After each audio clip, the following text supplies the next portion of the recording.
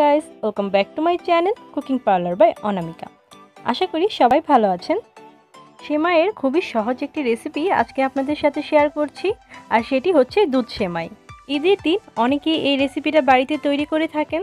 এই রেসিপিটা প্রায় সকলেরই জানা, তারপরও পারফেক্ট দুধ, চিনি আর সেমাইয়ের পরিমাণ সহ আজকে রেসিপিটা আপনাদের সাথে শেয়ার করছি। যারা নতুন রান্না শিখছেন তাদের জন্যই আমার আজকের রেসিপি। চলুন তাহলে শুরু করা যাক। তার আগে যারা এখনও আমার চ্যানেলটিকে সাবস্ক্রাইব করেননি, প্লিজ আমার চ্যানেলটি সাবস্ক্রাইব করে পাশে থাকা বেল বাটনটি ক্লিক করে দিন। আর যারা অলরেডি আমার চ্যানেল সাবস্ক্রাইব করেছেন তাদের অনেক অনেক ধন্যবাদ।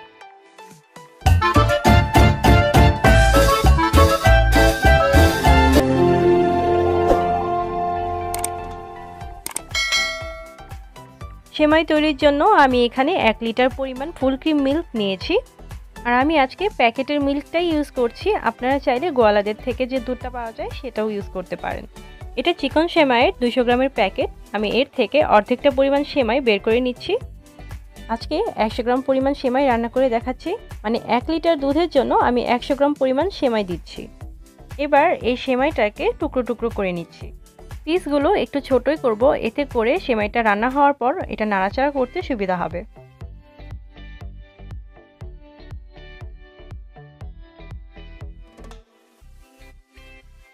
আমি সেমাইগুলো ভেঙে নিয়েছি, দেখতেই পাচ্ছেন কত ছোট ছোট টুকরো করেছি।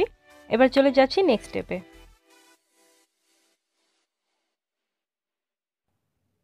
1 লিটার দুধের মধ্যে আমি মেজারমেন্ট কাপের 1 কাপ পরিমাণ চিনি দিয়ে দিচ্ছি। তবে যারা মিষ্টির পরিমাণটা একটু কম পছন্দ করেন তারা চিনিটা আরেকটু কমিয়ে দিতে পারেন, কিন্তু এটাই পারফেক্ট মাপ। এবার এর মধ্যে 1/3 কাপ পরিমাণ গুঁড়ো দুধ দিয়ে দিচ্ছি। চেষ্টা করবেন এটা দেওয়ার, এটা দিলে সেমাইয়ের টেস্টটা বেড়ে যাবে। এবার সব কিছু একটু মিক্স করে নিচ্ছি, আর চুলোর ফ্লেমটা কিন্তু এতক্ষণ অফ ছিল। গুঁড়ো দুধটা মিশিয়ে নেওয়ার পর আমি চুলোর ফ্লেমটা অন করে দিচ্ছি। এবার এর মধ্যে ফ্লেভারের জন্য 2টো এলাচ দিয়ে দিচ্ছি। চুলোর ফ্লেমটা মিডিয়ামে রেখে প্রায় 10 মিনিটের মতো দুধটাকে এভাবে নাড়াচাড়া করে ফুটিয়ে নিতে হবে। প্রায় 10 মিনিট পর দুধটা ফুটে উঠেছে আর আগে থেকে অনেকটা ঘন হয়ে গেছে। এ পর্যায়ে আমি এর মধ্যে সেমাই দিয়ে দিচ্ছি। সেমাইগুলো দেওয়ার পর আমি চুলার ফ্লেমটা মিডিয়াম লোতে করে দিচ্ছি। অবশ্যই কন্টিনিউয়াসলি নাড়তে হবে, নয়তো নিচ দিয়ে লেগে ধরবে।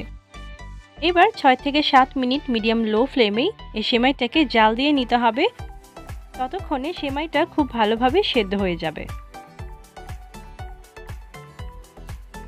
দেখতেই পাচ্ছেন সেমাইয়ের মধ্যে বলক চলে এসেছে আর সেমাইটা সেদ্ধও হয়ে গেছে।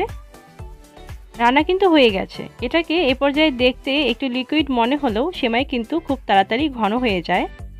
এই সেমাইটা ঠান্ডা হওয়ার পর আরও ঘন হয়ে যাবে।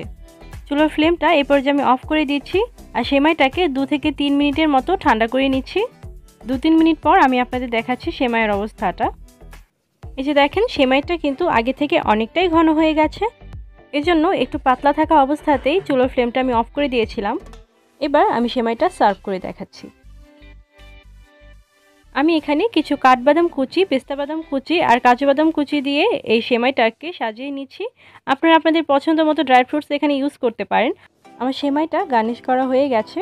দেখতেই পাচ্ছেন সেমাইটা দেখতে কতটা সুন্দর লাগছে, আর এটা খেতেও কিন্তু অনেক ভালো লাগে। বাড়িতে অবশ্যই একবার ট্রাই করে দেখবেন। রেসিপি সম্পর্কে যে কোনো প্রশ্ন থাকলে আপনারা আমাকে কমেন্ট বক্সে জানাবেন। তো গাইস, কেমন লাগলো আমার আজকের এই রেসিপিটি অবশ্যই আমাকে কমেন্ট করে জানাবেন। আমার রেসিপিগুলো যদি আপনাদের পছন্দ হয়ে থাকে অবশ্যই আমার চ্যানেলটিকে সাবস্ক্রাইব করে পাশে থাকা বেল বাটনটি ক্লিক করে দেবেন। আশা করছি যারা নতুন আছেন তাদের জন্য আমার রেসিপিটি ইউজফুল হবে। আজকের আয়োজনে আপনাদের জন্য এ পর্যন্তই ছিল। চলে আসবো আরও একটি রেসিপি নিয়ে। Thank you so much guys.